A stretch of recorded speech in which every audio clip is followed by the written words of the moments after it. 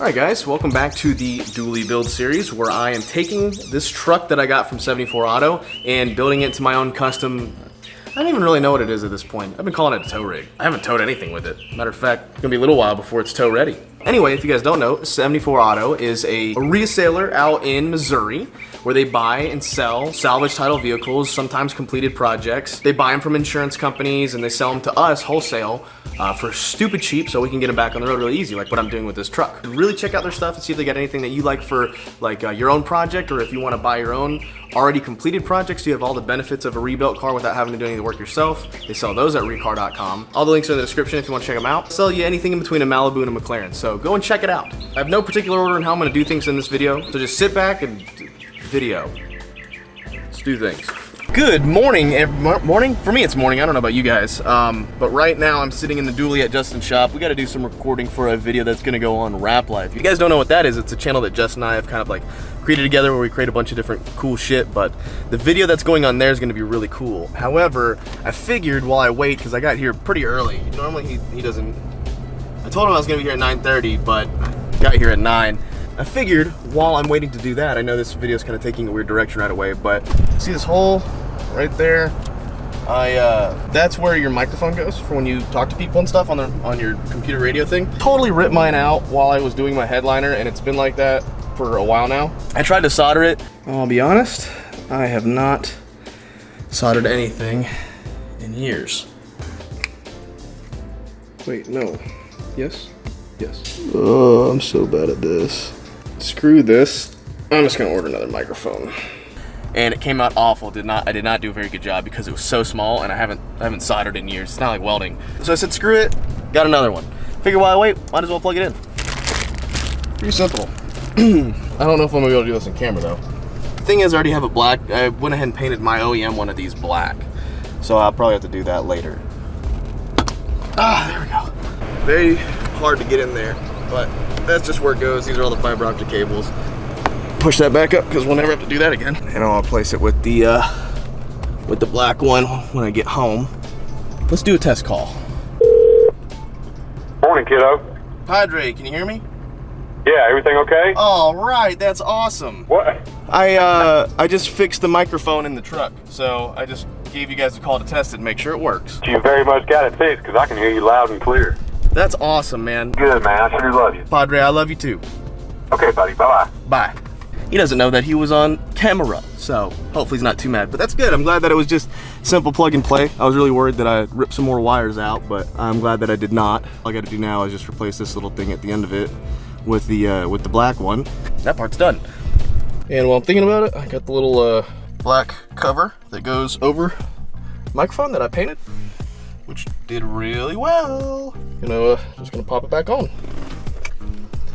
And bada bing, bada boom. Easy.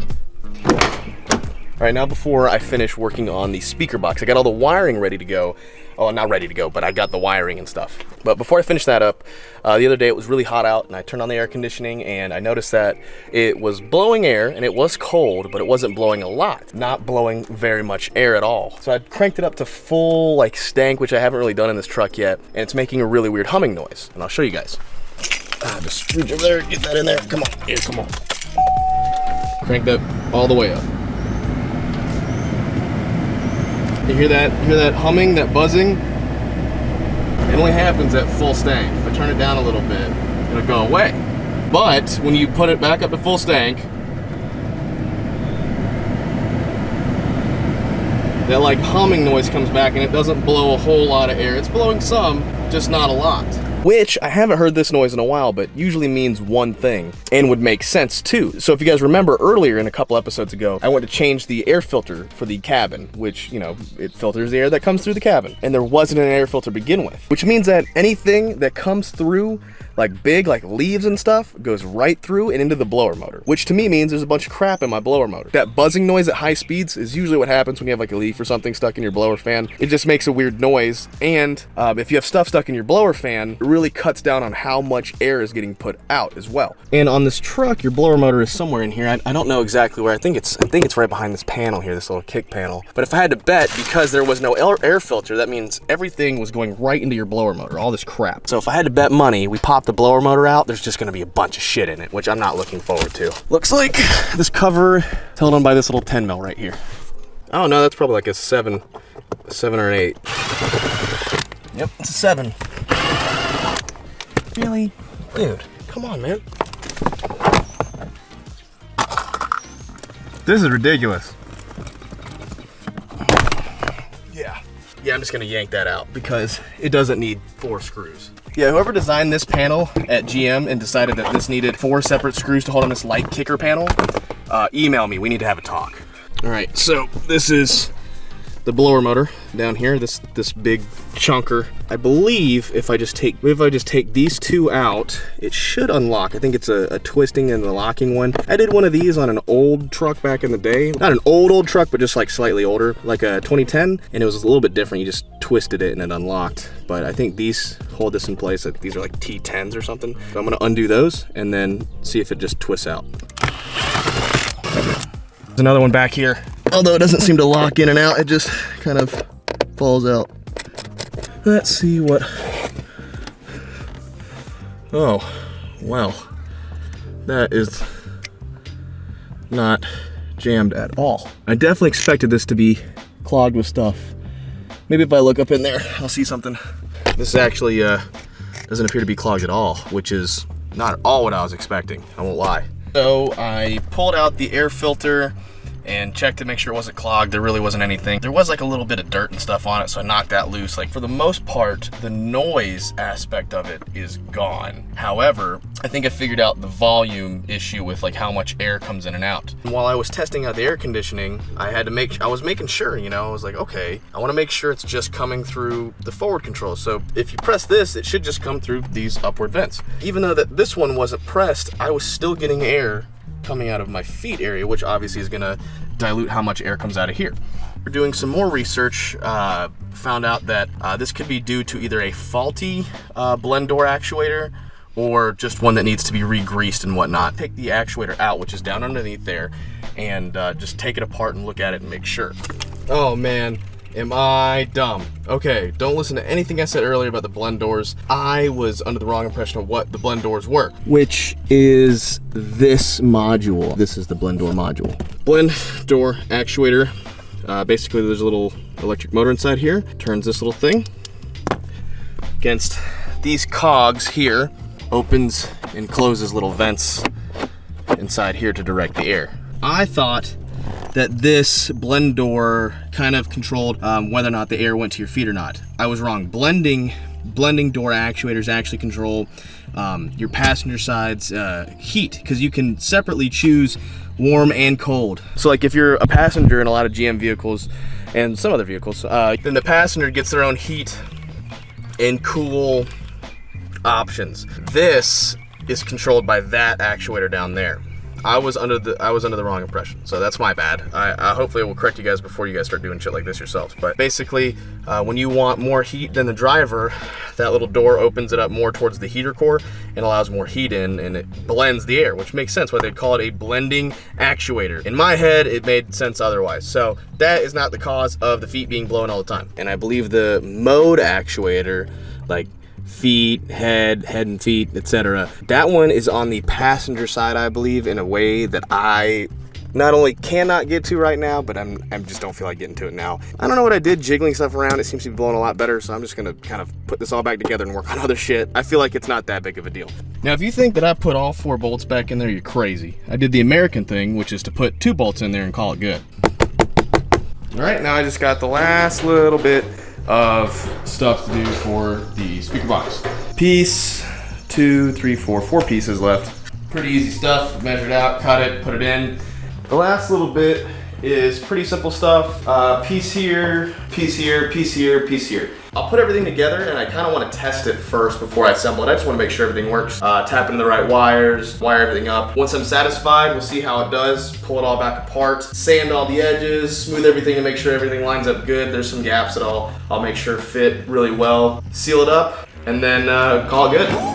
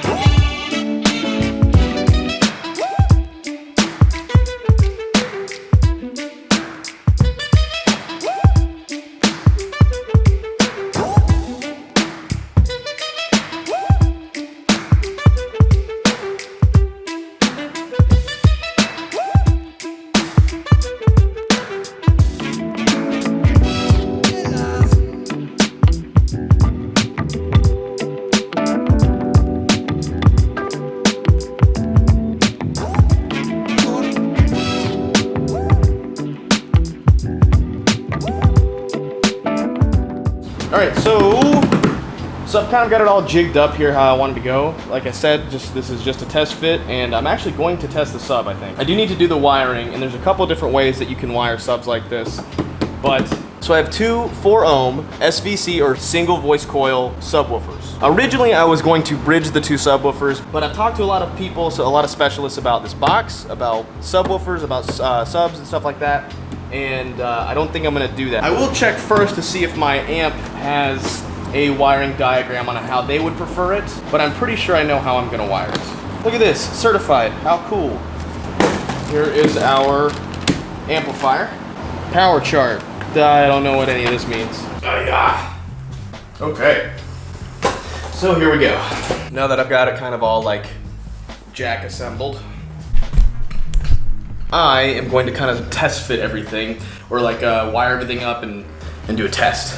Originally when I was gonna do this, I was gonna get those little plastic port rings, I don't know what to call them, but they're basically terminals. You go from the speaker and then they're just like a little plastic terminal that goes to the box. I think they look cleaner, but after talking to a couple of friends who do this, don't even bother with those. A lot of them break, bust, flop out, whatever. I was like, are you sure? And he goes, yeah, most people who make their boxes usually don't even use those anyway. And I was like, I get that, but if you say so. So I'm gonna listen to what the dude who makes these for like a living says, which means that I'm basically just gonna run like probably 2 holes back here, something like that, with a speaker wire that goes through the box, and then silicone the shit out of it. Let me try to say a bunch of things that make sense to other people. This is a monoblock amp with 2 outputs, even though it's a mono-channel amp, which I guess they do this because they know that people are gonna do, it's a more powerful amp than just one smaller sub, so they know that people are gonna put like 2 subs or whatever in sequence on these. Basically, I'm gonna go from positive to the positive of this, and then the negative of this is gonna go to the negative, and then the positive of this is gonna go to the other speaker's positive and the other negative. Yeah, it's pretty simple shit. I'll post the wiring diagram on the screen so you can see the way I'm gonna do it, but basically, I guess I'm just gonna do it like that.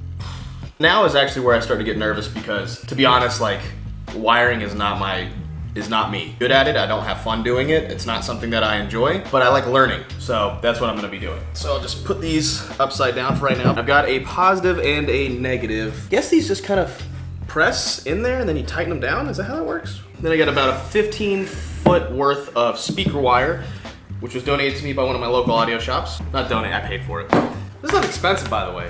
Either way, I don't like this stuff, but I'm going to get my wire strippers and get going.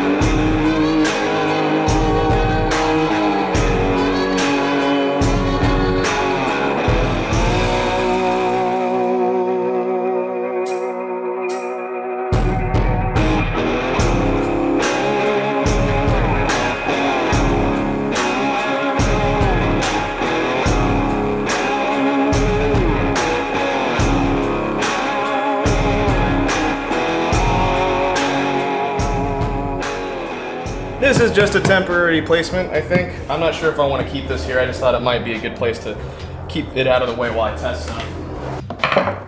Positive to positive, negative to negative. Do the same thing over hither. Nice in there, not going nowhere. So, as far as our amp and speaker combo is concerned, it's wired up. I'll put some screws in here in a second. But I need to tap this into the current speaker system, and I think I have an easy out, but I doubt it. But we'll find out in a second. All right, let's hop in the back of the dually.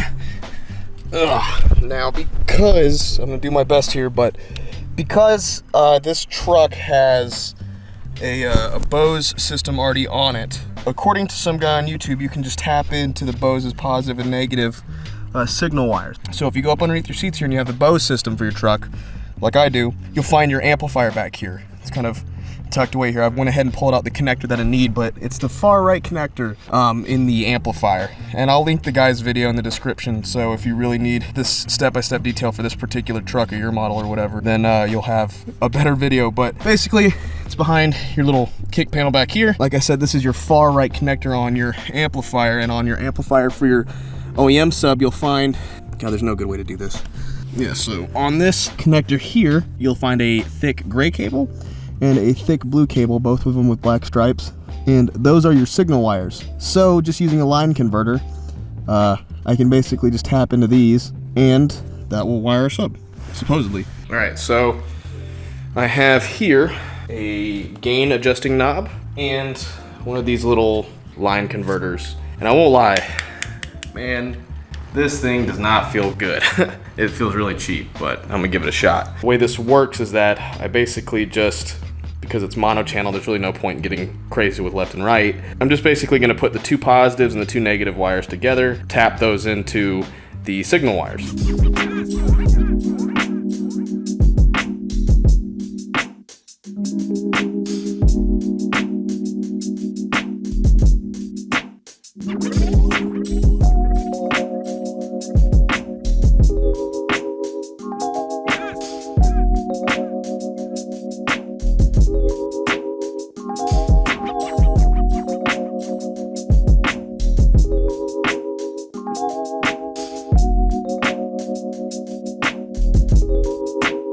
Alright, so I've got my line adapter all hooked up, I hope, anyway. So now I'm gonna run lines from here to the amp, which means I need to put the speaker box in here, but first I need to run a power cable from the battery with a pretty big fuse to make sure that, you know, I don't burn my truck down. This also did come with a ground wire as well. However, it says only use if noise is present in the signal. So if there is any noise, I'll ground it. If not, then I won't worry about it. And since I'm just doing a test, I'm not even gonna be bother running the cable through the firewall just yet. That'll be probably last on the list. By the way, the battery is disconnected.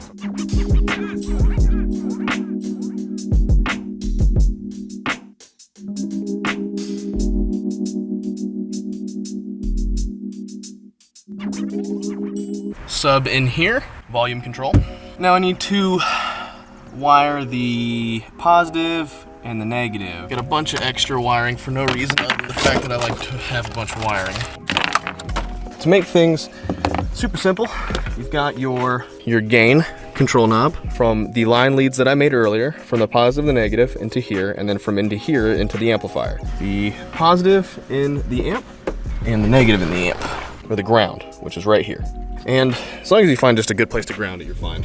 So I cannot make this up. While I was recording this, while I was doing stuff, working on the truck, two younger guys, probably between 18 and 20, of all things, they were Mormon, and while I was working on the truck, they came up and talked to me about the truck. I just was not expecting, out of all things, a couple of Mormons to walk up to me and ask me about my truck while I was working on it. This could be a good setup for a joke, but they were very nice and actually very respectful of my time and my personal property. They weren't aggressive, didn't even really talk much about religion at all. I continued to work at whatever current pace I was working at while they were here, and they seemed actually surprisingly interested in the truck build. I won't lie, I did have some fun with them. I messed with them a little bit when they were asking me questions, but for the most part I tried to be pretty nice to these kids because I knew that more than likely all day long they're gonna have people slam the door in their face and be rude to them just because these guys guys are trying to do something that they find really important. So I showed them the truck, talked to them a little bit about what they were interested in talking to me about. They did offer me or try to give me one of their books of Mormon, and I politely declined, not because I'm not religious or anything like that, but because, surprisingly enough, I'm already pretty well versed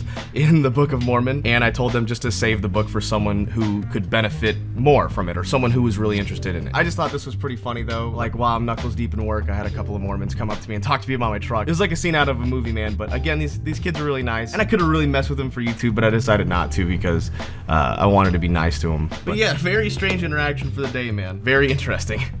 All right, so despite all my distractions, I think I got everything hooked up correctly. Positive to positive, negative is ground over here. Feels really good. My line's in place, my speakers are hooked up. Do I have my gain all the way turned down on here? And then I've got my, I don't know what my frequencies are set. I don't even know what that means. But I guess it is time for me to reconnect the battery and hopefully not blow my shit up.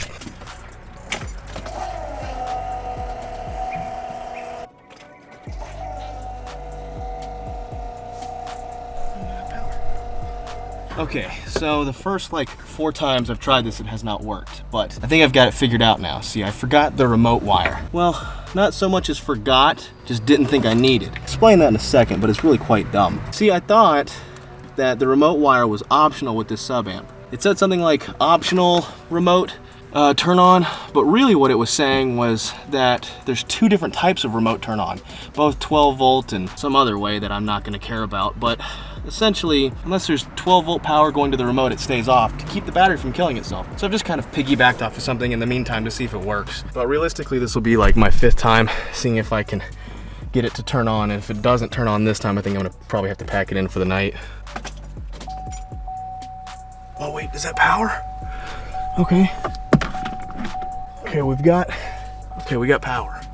All right, it keeps going into protect mode or PRT, and I think it's because my ground isn't, or my positive isn't all the way down. Oh, we got straight power now. It was the power then. Now let's see if we can make a little bit of noise. All right, I decided to call it quits last night because I was exhausted and I couldn't figure out the issue. It was like 11 o'clock at night and I didn't want to disturb my neighbors if I did get it working, but I'm pretty sure I know what the issue is now. However, before I finish that and finish working on the sub, I want to show you guys something. It's a secret. Well, it wasn't really a secret. You guys have been watching the build series from day one, but the bumper's done and I want to show it to you guys because, well, it's done. I mean, I don't have the light bars in it just yet because I literally just got it home from Linex. So I'm gonna do that later in the video, but I want to show you the completed bumper. So here it is.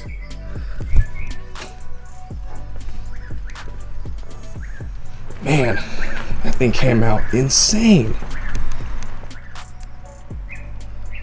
I cannot believe how well this thing came out with the Linex. Dude, there's not a flaw on this job here. And I don't know if I'm gonna just tuck the carpet or if I'm gonna put some sort of like Velcro on the back for it or what, but dude, this thing came out amazing. Just throw the hooks in it. Wow. For now, I'll tuck the carpet, but I mean, jeez, I couldn't be more proud of this thing. I'm so stoked on it. And this is a weird angle because it's a wide angle lens. Let me try to get back a little bit.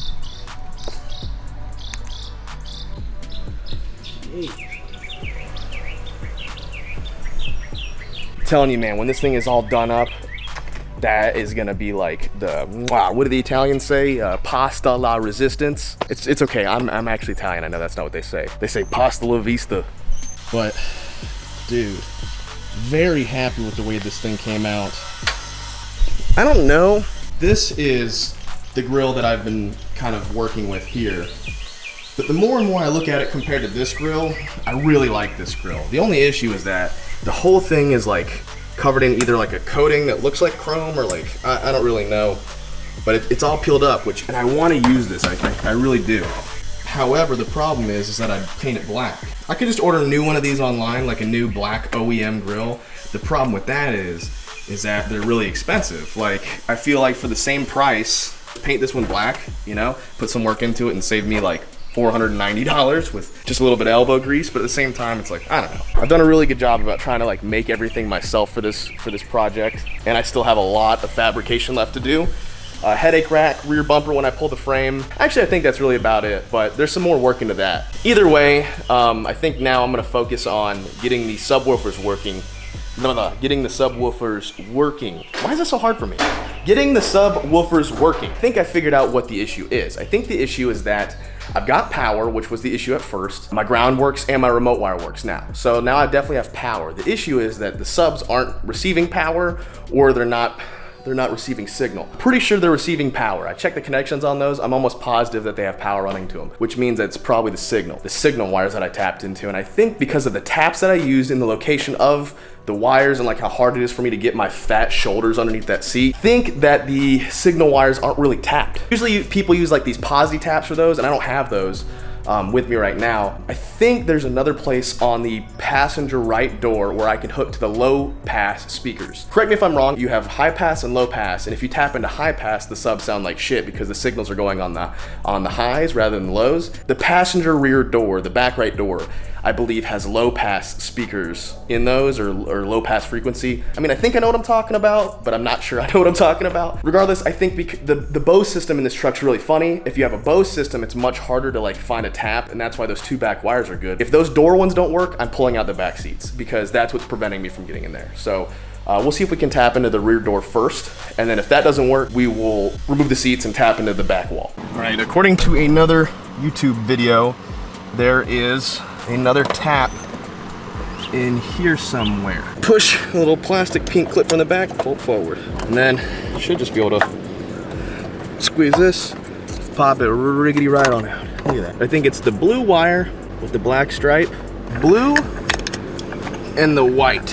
Mine's a little bit more yellow on my screen, or my perspective. But before I blow something up, I'm gonna go unplug the batteries. So, okay, so I had an idea. Let me hear me out on this, okay? So the amplifier is back here, right behind the seats. Can't get my hands in there, very hard to reach. It's not great for doing things. So I got to thinking, like, that wire's obviously got to go somewhere. So that's not the only location for that friggin' wire. We already know what color we need. We need the blue with the gray stripe, and we need the gray with the black stripe. Those are the two wires that we need to tap into. So it's like, we'll just follow the path of the wires, forehead. Since this is already off, I bet, like this little trim piece here, I bet if we pry this off, if I had to bet, we get underneath here.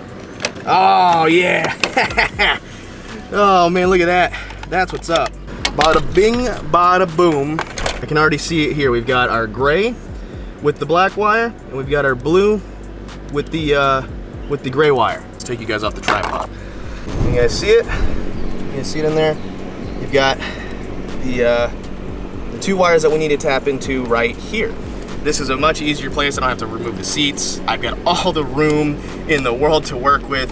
Holy Christ almighty, thank God. If you're trying to do a subwoofer for this truck, and you've got the Bose system, here's where you're gonna tap into. Your signal wire. Your blue is your positive, your gray is your negative. I'm not gonna go out of the way and post this on any of the Chevrolet forums. I think this is 14 through 18 with the Bose system that has this. But if someone wants to know where a better place to tap into, or wants to post this on a forum, by all means feel free. That this is way easier to get to. You just pull the trim off, then you pull this little plastic piece off with your, I just use a plastic screwdriver. We got access to our wires. Thank the Lord above. Give us all the damn room to play with here. Oh God. And I think for the ease of things, I'm just gonna separate the two wires and unravel them. That way I have much easier connection. All I gotta do is reconnect them. It should be good to go. By the way, I use these, which have the glue in them. When you heat it up, it actually creates almost like a watertight seal. This regular shrink wrap, except it's got glue on the inside, prevents it from any sort of water getting in there, or it becoming like loose.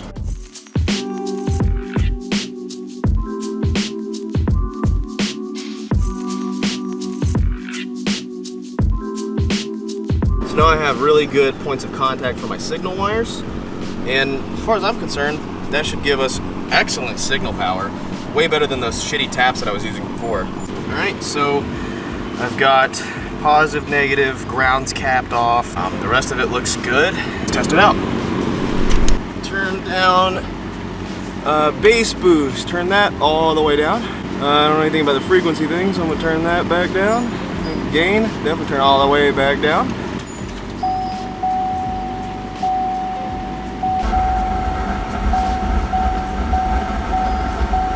They're working.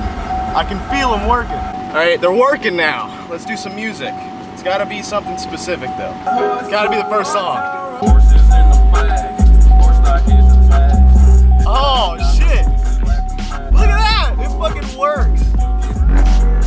It's like exactly what I wanted. That is exactly what I was looking for. It's not crazy, it's not ridiculous. Hits, like you can feel it, and it's exactly what I was looking for. I am so happy. And that's the box not even sealed up. Like there's still cracks, still need to be sealed up. Like that's like, basically it's not even like a ported or a sealed box right now. It's like the worst of both worlds. So now I gotta pull everything apart and then start sealing it up, finish doing the last little bit of stuff. So basically I'm just gonna start from the bottom, use wood glue, silicone, everything. Then I'm gonna sand it, get everything nice and tight, and then that's it. Like I just reassemble it. I think I'm actually gonna wrap it in the same suede that I did the headliner, just to make everything nice. Might even put some handles on the side to make it easier to carry or something. I don't know. But we have a functioning speaker box, and subs, they do their job. I am very happy right now. Gosh, I'm so happy.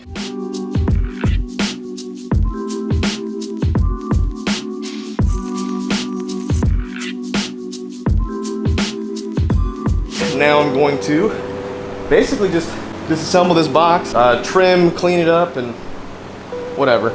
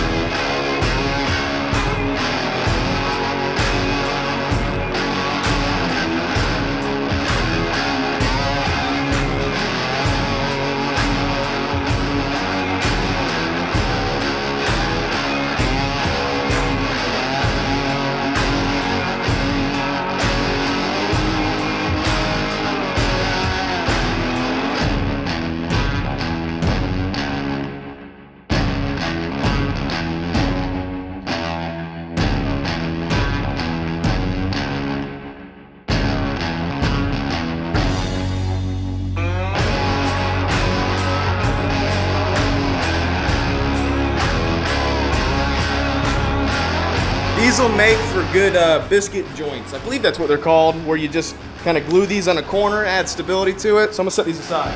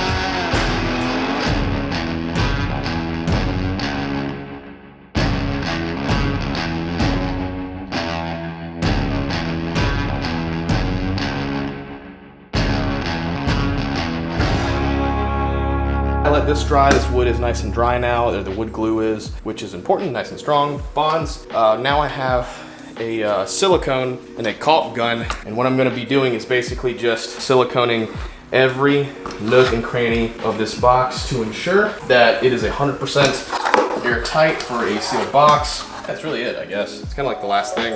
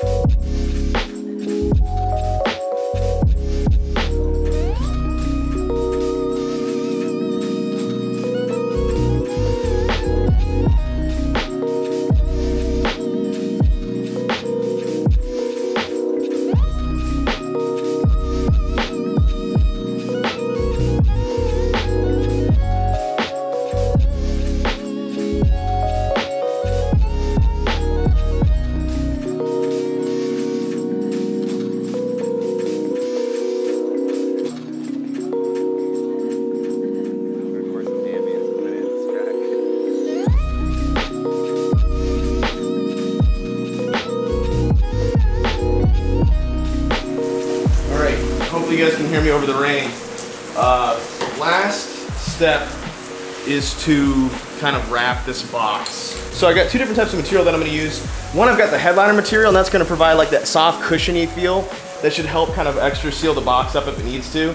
Then I'll wrap over that with the suede. So first will be the headliner material, and then the rest.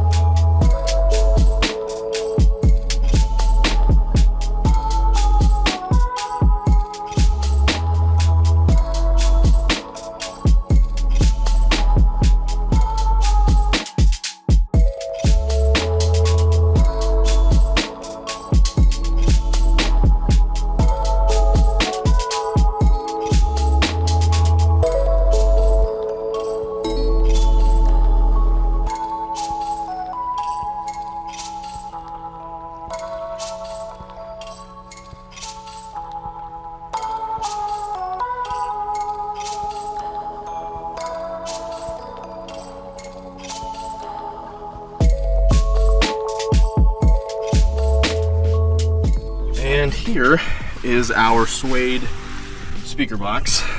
Got the amp wired up here. Positive, positive, negative, negative, 12 volt, ground, wired. Ignore these wires. These are gonna go underneath the box when I'm ready to take everything away. Happy with the fitment of this. It's just slightly beveled to where the seat, when it goes down on top of it, won't hit it. That makes me happy. I still plan on putting a grate above this, but for the sake of this video, I'm gonna call it good for right now. I don't plan on having anybody ride back here. So everything should be hooked up, good to go. This is the first time I've had it with it like completely sealed up. And there's a couple of things that I did off camera that I'm gonna explain real quick right now. I'm thinking about it. So one thing that I don't think that I caught on camera, my camera died at some point when I put a separator in between the two boxes, somewhere around here. I calculated the square footage between the two and got them within like 2 or 3 square inches. I forget what the total square inch area, but so like this one ended up being like 1850 square inches. The other side ended up being like 1852 or something like that, or 1851. It was really close, but there is a separator in the middle, not only for support, but I figured with a box this small, it wouldn't really matter that much, but from what I've read, that you can have these two subs competing, and you don't want that. You don't want these subs to be competing for air. For a small box, I guess it doesn't matter as much, or maybe it matters more. I don't know. But that was one of the recommendations from a friend of mine. He said, yeah, you should probably separate the two. Everything on the inside is completely sealed. Silicone and wood glue, everything's held together nice and tight. I've got some screws in here, really holding everything together. Very happy with the way this turned out. Very happy with the way this turned out. So this is gonna be the first test with the separator and the sealed box, and hopefully it does as good, if not better. So, and like I said, please ignore all the wiring and the mess right now. I just have it set up like this in the meantime to just to finish up this video, because I need to upload a video. Let's turn the gain down a little bit.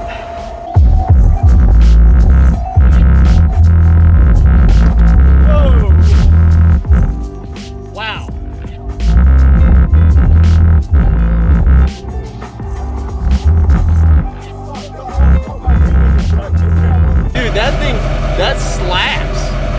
Wow. I gotta say, dude, that freaking bangs. That's intense for two little 10-inch subs, two shallow kicker 10-inch subs on this like relatively small amp. It's only 800 RMS, you know? I gotta say, I'm thoroughly impressed with the box that I built. It sounds awesome. It's way louder than when I had it in here before. I have to assume that it has something to do with like the way the box is sealed up now, you know? It wasn't hitting at all like that before, you know? Let's do some copyright free so I don't get copyrighted and you guys can enjoy it.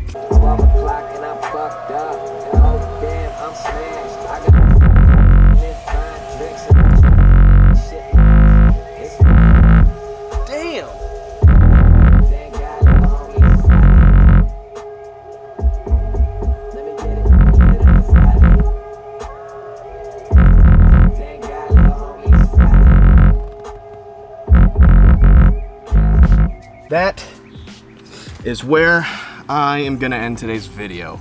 I am just so freaking pleased with everything, man. I couldn't be more freaking happy about this thing. I know it's really weird, but I'm grinning from ear to ear because I'm so freaking happy with the way the build's turning out, with the way the truck's turning out. Man, it's turning out exactly how I'm wanting it to, which is so strange for me. I'm used to like things going so incredibly wrong and difficult, which they certainly have before, and they will continue to do so. But the speakers turn out so good, and they're nice, and like the suede or whatever, man. God, that's nice. Dude, that's nice. I know it's not gonna translate well. You guys are gonna comment on it, I'm sure, but if it doesn't sound good to you guys, it's because the camera's not gonna translate bass very well. It's just how it is. Go watch any bass video on YouTube. You'll see exactly what I'm talking about. They all sound like shit, but in person, I promise you, it sounds really awesome. So between the freaking speakers and between the front bumper, I am just so blown away, man. I'm freaking stoked with the way this is going. I've never had anything turn out the way exceeds my expectations. These two little subs, like I was like, when I first turned them on and I had them in the box before everything was sealed up, I was like, you know, that's exactly what I was looking for, but I was kind of hoping for more, you know? Does that make sense? Just because it's exactly what I'm looking for doesn't mean I don't want more out of it, you know? But now that it's all sealed up and everything's all airtight and whatnot and it's carpeted, dude, it freaking hits so good. I was blown away by these little 10s. And I know you guys are gonna say, how come you didn't get Sundowns or whatever brand that you prefer? And I've explained this before, but I'll say it again. Even with the shallow mount Sundowns, they wouldn't have fit in this box and I wouldn't have had room to do it. So the only reason I want the kicker is because they're one of the few brands that I know. I've had kickers before and never had any issues with them. At the same time, they're also one of the shallower mounts that you can get. And I got a steal for these. I think the two subs, I paid $100 for both of them, like together. And then the amplifier, I want to say I paid like $100 as well for. And I looked it online, and it's like a $250 amp, and each one of these subs is like $90. So, you know, you're talking about, that's probably like $400 worth of audio equipment I got for $200. Can't beat that. Plus the MDF, the particle board that I used to make this, I think was like $25, $28, somewhere around there. Then on top of that, the suede I already had, so that was free. Yeah, I'm just absolutely blown away by the way this bumper's turned out and like the speaker box has turned out. Like I know there's two weird, simple things, I guess. Maybe not necessarily the bumper, but the speaker box, I mean, a lot of people build those, and it's something that I feel like was a little bit different than what I expected. I don't want to say more challenging, but it certainly was a completely different experience than I thought. I'm really happy to have that experience underneath my belt. And in the next episode, we're gonna be cracking at some other stuff. I'm gonna replace the suspension, but that's probably gonna be off camera because I don't have a lift for it. So, not the whole suspension, just the stuff I talked about in the previous video. Handful of stuff, ball joints, idle arm, pitman arm, tie rods. But other than that, guys, I'm going to call it good on this video. I've just absolutely ecstatic with the way things have been, and I'm very proud of the way this build is turning out. So I appreciate you guys for sticking around for this one, and I hope to see you guys in the next one. Or whatever YouTubers say. I'm gonna eat food and go get in a shower.